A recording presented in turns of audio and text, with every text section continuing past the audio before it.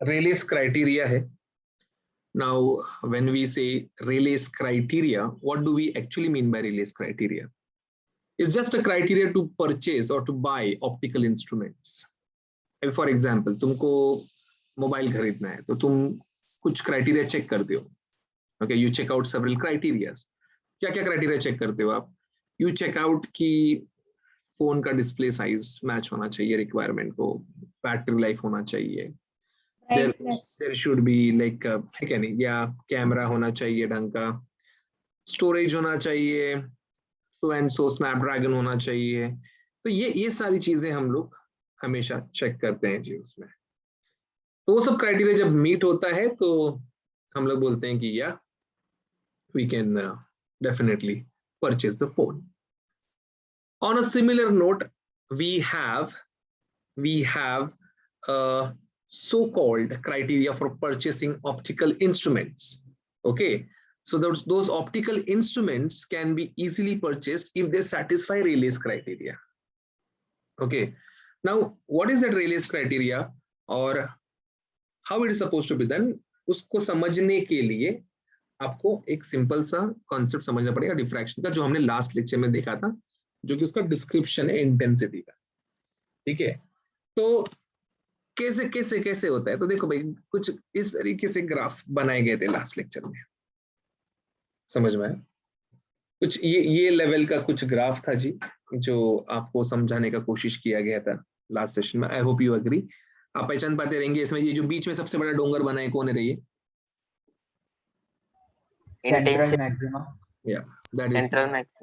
That is the central maxima. And ये बाकी के ये सब जो हैं, ये सब तो उनके सेकेंडरी मैक्सिमाज एंड मिनिमाज हैं. ठीक है, तो ये ऐसे था लास्ट लेक्चर में. बट बच्चा बोलते हैं सर ऐसे तो मेरे को कभी दिखाई नहीं दिया. ठीक है, मैं इतने साल से परछाई देख रहा हूँ, शैडो देख रहा हूँ, इतना ऐसा तो मुझे कभी दिखाई नहीं दिया. तो बच्चा अपना बराबर है. ठीक है, बच्चा अपना गलत नहीं बोल रहा है, लेकिन बच्चे ने उसको पूरा समझा नहीं है. ठीक है, तुमको मैं यहाँ पे दिखाता हूँ ये चीज. You just have a look at this part. Screen दिख रहा है क्या सबको प्रॉपरली? चलो ये देखो, यहाँ पे देखो. इफ यू सी, यहाँ पे लाइट आ रहा है ऊपर से. तुमको ना इधर पे दिख रही है, स्लिट दिख रहा है क्या? पे स्लिट, स्लिट दिख रहा है. तो वो स्लिट पॉइंट सोर्स जैसा एक्ट कर रहे हैं, और वो पॉइंट सोर्स से भाई साहब यहाँ पे ऐसे मस्त पैकिंग स्पेरिकल वेवफ्रंट बने. तो ये स्क्रीन पे यहाँ पे पैटर्न दिख रहा है, और यहाँ पे उसका इंटेंसिटी का ग्राफ प्लॉट किया गया है. तो तुम बोलोगे सर ये तो खाली सेंट्रल मैक्सिमा दिख रहा है, बाकी का तो कुछ नजर ही नहीं आ रहा है. तो in order to see diffraction pattern very appropriately, in order to understand the diffraction pattern very beautifully, it has to follow a rule that the slit width must be comparable with the wavelength. Slit का जो width है वो wavelength के साथ में comparable होना चाहिए. अगर slit का width comparable होगा wavelength के साथ में, तो भाई साहब आपका जो पैटर्न जिस तरीके से आपको डायग्राम में दिखाया गया था उस तरीके से यहाँ पे भी देखने को मिलेगा. Just have a look. मैं वो छेड़छाड़ कर रहा हूँ वहां पे स्लिट के विड्थ के साथ. ठीक है, दिखा आपको? देखो स्लिट का विड्थ चेंज किया मैंने. तो ये देखो ये भाई सब ये चीज गजब है भाई. ये अगर अपने को दिख गया यहाँ पे, तो तुमको अभी फटाक से दिखेगा कि यहाँ पे देखो सेंट्रल मैक्सिमा दिख रहा है, विड्थ यहाँ पे देखो डार्क है, यहाँ पे मिनिमा है, minima maxima, minima maxima, minima. Same intensity भी प्लॉट हो रहा है. Central maxima, first minima, first maxima, second minima, second maxima on either sides. कुछ गया दिमाग में, गया क्या कुछ? हाँ? Yes sir. थोड़ा तो गया क्या भाई? ज्यादा नहीं, थोड़ा तो गया क्या? ये सब चीज जब अपने को समझ में आ जाता है भाई, थोड़ा लाइफ में रोमांच वापस से आता है, और अपने को ये सब डायग्राम वगैरह भी देख के समझ में आते हैं.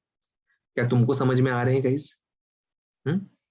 तो रेले भाई साहब ने यहाँ पे ये चीज हमको समझाने के बाद बोला कि मेरा क्राइटेरिया देख के तुम ऑप्टिकल इंस्ट्रूमेंट खरीदो, तुम हमेशा फायदे में रहोगे.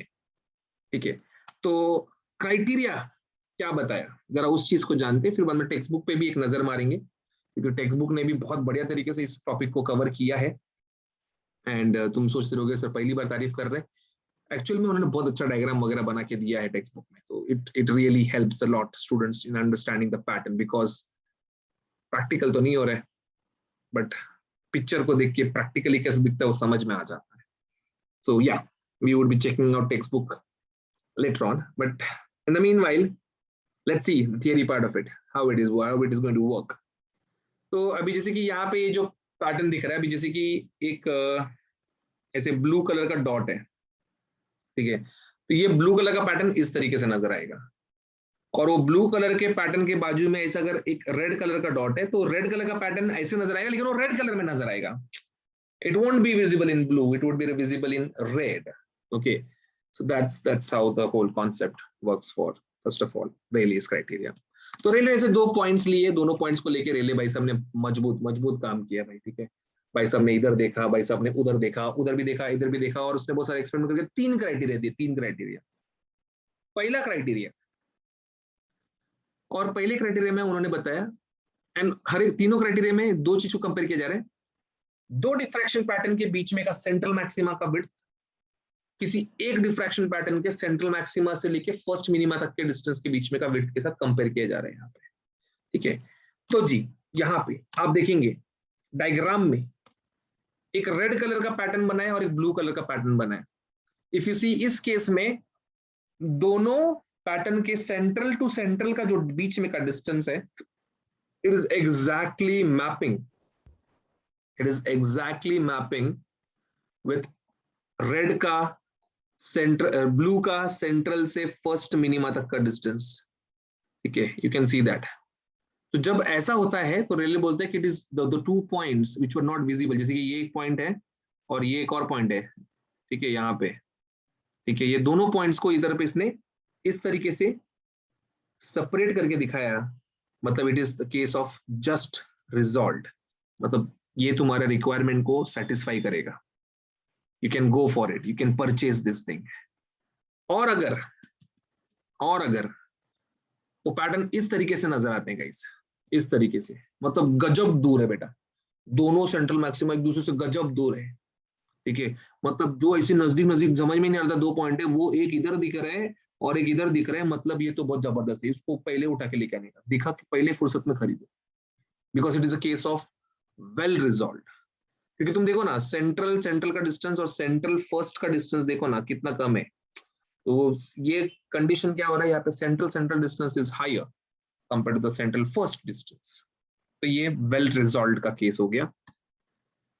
तीसरा, अगर सेंट्रल डिस्टेंस कम है सेंट्रल फर्स्ट डिस्टेंस से, ठीक है, यहाँ पे आप देखोगे सेंट्रल डिस्टेंस तो बहुत छोटू सा है और सेंट्रल फर्स्ट डिस्टेंस तो ले भारी, गेटिंग इट, एकदम लंबा लचक फैला हुआ है. ऐसा अगर आया तो अनरिजॉल्व रहेगा, खरीदने का नहीं, क्योंकि खरीदने के बाद भी वही दिखेगा जो तेरे को खरीदने के पहले दिख रहा था. It won't be distinguished, it won't be resolve. इसीलिए रेले भाई साहब ने बहुत बढ़िया तरीके से दिमाग लगा के तीन क्राइटेरिया दिया, जिसमें से जब उनका ये वाला तीसरा केस का क्राइटेरिया आता है, ये छोड़ के बाकी दोनों केस में हम इसको खरीद सकते हैं, ठीक है. और ये उनका कंक्लूजन था, just resolve. This is the case, this is the description of just resolve. Screenshot लेके रखो इसका, एग्जाम में तो नहीं पूछेंगे, but entrance point of view you should be very much clear of what it is and how it is. अब एक झलक टेक्स्ट बुक में मार लेते हैं. आओ भाई साहब, टेक्स्ट बुक में आओ जरा, खरीदा है ना तुम लोगों ने, चलो. कम टू पेज नंबर 1, 8, 1 8 नहीं, 180 बराबर. Come to page number 180 guys. Page number 180 में आ जाए. आपको कुछ डायग्राम दिखेगा गाइस वहां पे, diagram, you would see several diagram. किस तरीके से वो डायग्राम बनाया हुआ है, क्या बनाया हुआ है, बहुत क्लियरली दिखेगा आपको. सबसे पहला केस वहां पे अनरिजॉल्व का है. अनरिजॉल्व के केस में तुमको दोनों के दोनों पॉइंट, ठीक है, दोनों के दोनों पॉइंट तुमको एज इट इज वही के वही पे दिखने वाला है. मतलब मालूम ही नहीं पड़ रहा है कि भाई अलग अलग हुआ है कि नहीं. You won't find the difference. It's exactly the same way it's looking like. दूसरा देखोगे जस्ट रिजॉल्व का, तो जस्ट रिजॉल्व में देखो दोनों पॉइंट से जस्ट सेपरेट हुआ है, जस्ट सेपरेट हुआ है भाई। जो एक था वो एक पॉइंट जस्ट ऐसे सेपरेट हुआ है, और तीसरे केस में it is well separated, it is very well resolve. समझा? तो ये वेल रिजॉल्व वाला केस बहुत मस्त है। बट जस्ट रिजॉल्व भी हो गया, तुम खरीद लो, क्योंकि छोटा मोटा एडजस्टमेंट करके तुम्हारा क्राइटेरिया जो फुलफिल हो जाता है। एंड जो उसके बाद वाला जो केस था अनरिजॉल्व वाला, अगर ऐसा कुछ तुमको दिखता है इंस्ट्रूमेंट, तो उसको बिल्कुल खरीदने का नहीं, इमोशनल होने का नहीं, क्योंकि वो तुम्हारा कुछ काम का नहीं आएगा। If you just maintain this thing, really criterion is done. तो अभी सवाल ये आता है कि सर ये क्राइटेरिया तो समझ में आ गया, बट इससे हम लोग खरीदने क्या वाले हैं, शॉपिंग किसका कर रहे हो वो तो बताओ।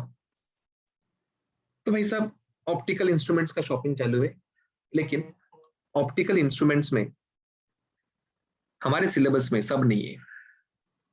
हमारे सिलेबस में माइक्रोस्कोप है और टेलीस्कोप है, ठीक है। दोनों बहुत चिंटुकले टॉपिक है, बहुत इजीली मार्क्स मिल जाते हैं, and it's like not that big deal to understand. So very lame topic, but yeah marks मिलता है तो अच्छा लगता है, तो we would never let it go, we would always check out for the scoring part, ठीक है। चलिए तो बढ़ते हैं जी आगे की तरफ, जरा घुस जाते हैं टॉपिक को समझने में। अगला हेडिंग दिया जाए माइक्रोस्कोप। हेडिंग दीजिए माइक्रोस्कोप।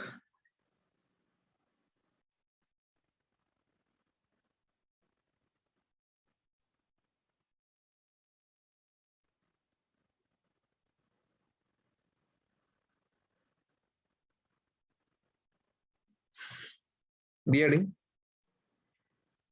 ये माइक्रोस्कोप क्यों यूज करते रहे हम लोग, why the microscope thing is used. Microscope use करने के पीछे टू माइक्रोफाई और माइक्रोफाइंग। बहुत डेंजर बेटा, बहुत डेंजर जवाब दिया, माइक्रोफाइन। वाह, sir for magnifying the micro thing.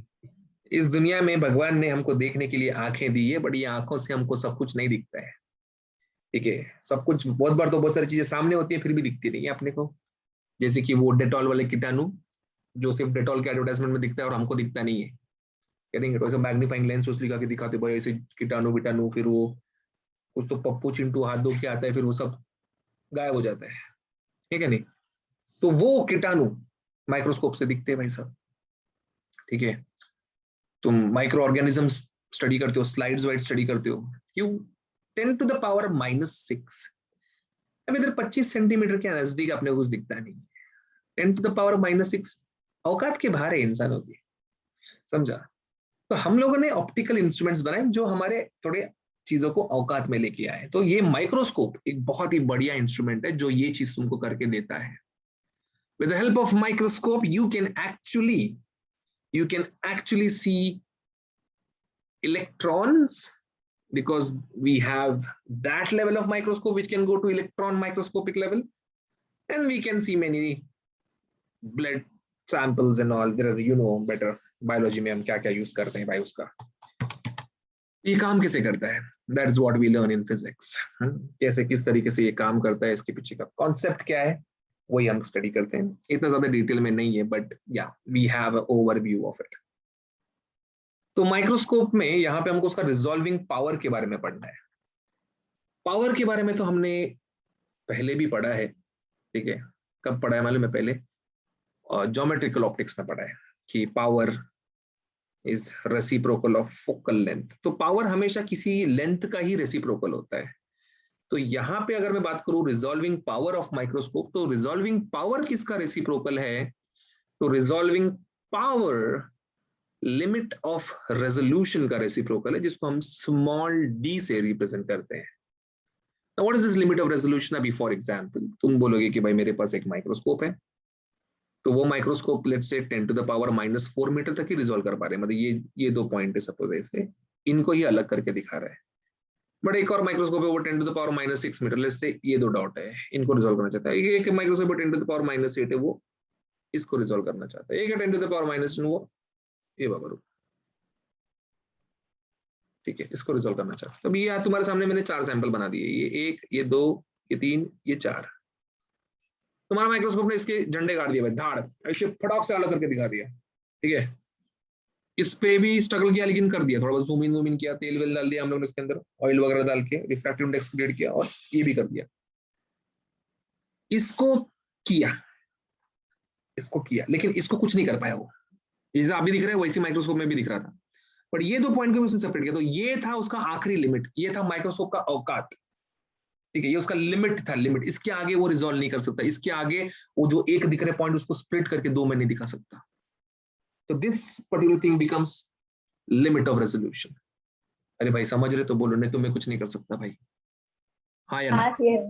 समझ रहा है सर, हाँ सर। क्योंकि भाई बहुत डेंजर है, अभी आप मेरे सामने माइक्रोस्कोप नहीं है ना, तुम मेरे सामने हो, और ना माइक्रोस्कोप में जो दिखता है वो हमारे सामने है, तो कुछ ना कुछ दिमाग लगा के हमको समझना पड़ेगा। तो ये the minimum distance which can be cracked, the minimum distance which can be seen through it is nothing but the limit of resolution. So how we define it? We define it in this manner. Okay, it's the minimum separation from each other so that the images are seen distinctly or separately is called limit of resolution, और ये limit of resolution का reciprocal ही resolving power है। एक screenshot लेके रखो, तुमको थोड़ा भविष्य में चीजों को समझने के लिए मदद मिल जाएगा। आई होप तुमने वो स्क्रीनशॉट लिया है। तो ये जो लिमिट ऑफ रेजोल्यूशन है जी, स्मॉल डी, इसका एक बहुत जबरदस्त फॉर्मूला है, डायरेक्ट फॉर्मूला है, there is no derivation for this. Small d is nothing but equals to lambda upon 2 mu sin theta, where lambda is the wavelength used and mu is the refractive index of medium where the object is placed। कुछ नहीं बोला मतलब air लेने का, ये बात समझ लो। अगर कुछ बात ही नहीं किया है मतलब वो एयर है। वो म्यू दे दिया, sin theta is nothing but the semi vertical angle or the half angle subtended by the object with the lens। अभी फॉर एग्जांपल ये लेंस है यहाँ पे, ओके, इस तरीके से माइक्रोस्कोप का लेंस है, और इधर पे कोई ऑब्जेक्ट रखा है, ये ऑब्जेक्ट के रेज जाएंगे ना भाई साहब इधर पे, ठीक है, कैप्चर होंगे ना रेज यहाँ से। तो ये जो एक्सिस है भाई साहब यहाँ पे, ठीक है, थोड़ा थोड़ा गंदा बन रहा है, ठीक है, कोशिश करेंगे कलाकारी दिखाने का। हाँ, ये जो थीटा है भाई साहब आधा, ठीक है, ये वाला, ये थीटा को हम बोलेंगे भाई ये सेमी वर्टिकल। अरे वो डिफ्रैक्शन पैटर्न वाला रे बाबा, डिफ्रैक्शन पैटर्न में अपन ले रहे थे ना, आधा आधा एंगल ले रहे थे इस तरीके से, ठीक है, Yes, sir. ठीक है। तो ये वो है थीटा, समझा, और कुछ नहीं, this is the theta. Clear, समझ में आया सबको ये? Yes, sir. तो ये लिख के Yes, रखेंगे sir. जरा, resolving power is just reciprocal of that, ठीक है, it is just reciprocal of that. अभी लेकिन इसमें ना एक सेकंड रुको, लिखने के पहले जरा रुको जरा, इसमें एक छोटा सा चीज है बताने का मेरे को। अभी ये कभी फॉर्मूला है जब वो स्लाइड के ऊपर तुमने लाइट मारा, ठीक है, तुमने लाइट मारा और वो दिखा तुमको, डिफ्रैक्शन पैटर्न दिखा तुमको, इमेज दिखा, ये तभी का बात है, ये तभी वैलिड वाला फॉर्मूला है। लेकिन लेकिन अगर वो सेल्फ लुमिनस ऑब्जेक्ट है, सेल्फ लुमिनस मतलब उसका खुद का ही लाइट बाहर आता है, तो in case of self luminous, उस टाइम पे लैम्बडा को मल्टीप्लाई करने का 1.22 से। क्यों काय को ये सब पूछने का नहीं, ये एक को फैक्टर है जो लुमिनेसेंस के लिए मल्टीप्लाई करना पड़ता है, ठीक है, ज्यादा घुस नहीं सकते उसके अंदर क्योंकि वो सब चीज तुम्हारे सिलेबस में नहीं है।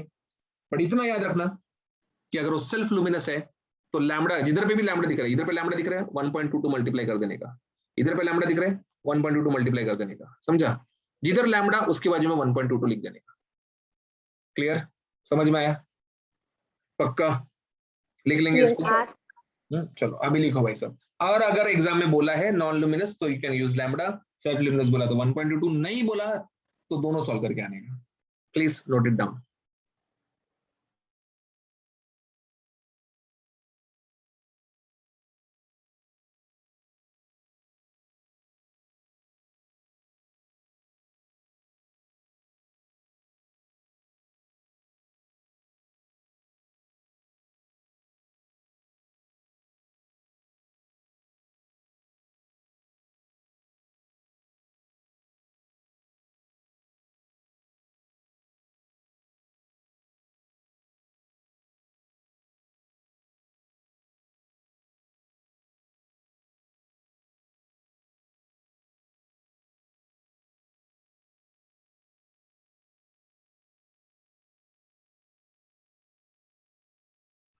सर वो लैम्बडा के ब्रैकेट में 5500 क्यों दिया है? क्योंकि काफी बार ये लोग कारनामा करते हैं, क्वेश्चन में लैम्बडा का वैल्यू देते नहीं है। तो अगर लैम्बडा का वैल्यू नहीं दिया तो बाय डिफॉल्ट तुमको ये अज्यूम करना है। नहीं समझा अभी भी? समझा सर। समझा ना? तो एक क्वेश्चन क्रैक करते कैसे इसका? कैलकुलेशन भले तुम घर पे करो, यस सर। थोड़ा लगता है, दिमाग लगता है इसमें कैलकुलेशन करने के लिए, पर पहले क्वेश्चन तो तोड़ते हैं भाई। लेट्स सी, ये रहा तुम्हारा प्रश्न यहाँ पे। The semi vertical angle of cone of the rays incident on the objective of microscope is 20 degree। ये इतना बड़बड़ करने के बाद क्या समझ में आ रही है, क्या दिया ये? Theta theta. अगेन ये डायरेक्ट ही अपने को बोल देते तो चलता था। थीटा दिया है 20 degree. If the wavelength of the incident light, ये तो भाई अब ये समझा नहीं तो मतलब ऑप्टिक्स ही नहीं पढ़ सकते। तो 6600 into 10⁻⁻10 मीटर हो गया। Calculate the smallest distance between 2 points which can be just resolved। Distance मतलब d, ठीक है। This is the smallest distance which can be just resolved। तो ये small d है। तो small d का क्या फॉर्मूला सीखा था अपन ने? Lambda by 2 lambda mu by sin theta. 2 mu sin theta. लेकिन इधर क्वेश्चन में बोला किधर पे भी वो नॉन लुमिनस है कि लुमिनस है? No sir. तो ऐसे टाइम पे क्या करने का, दोनों के लिए सॉल्व करने का। तो पहला सॉल्व करने का नॉन लुमिनस के लिए, क्या है non luminous? d is lambda upon 2 mu sin theta. sin theta, ठीक है। तो लैम्बडा का वैल्यू दिया है, देख रखा है ना लैम्बडा, ठीक है। म्यू नहीं दिया है कुछ भी, म्यू दिया नहीं है कुछ भी, तो 1 हो जाएगा, ठीक है।